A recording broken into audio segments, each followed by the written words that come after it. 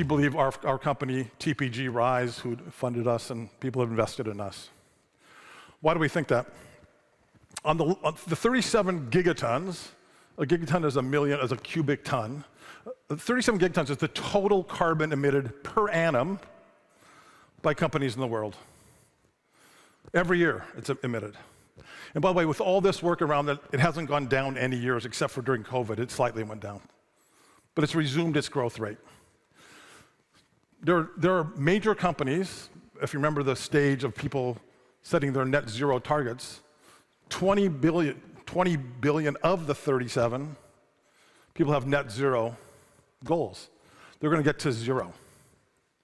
Of that 20 billion, Scope 1, which is your direct emissions, is only 15% of the 20 billion. Scope 2 is how much the power you use. That's only 2%. 83% is your supply chain that you don't control.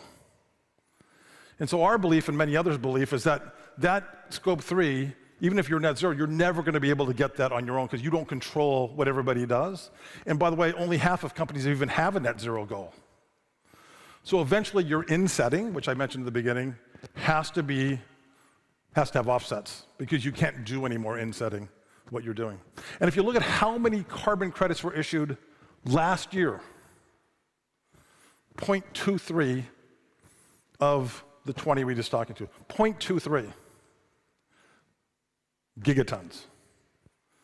So if you look at the 20, which is what the companies have said, and you say it's 83% Scope 3, that's around 16 gigatons.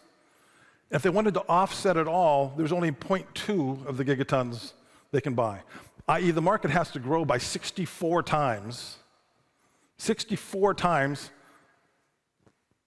to get rid of all the Scope 3, if that was going to happen. That's a pretty big growth rate, by the way, in the next 25 years.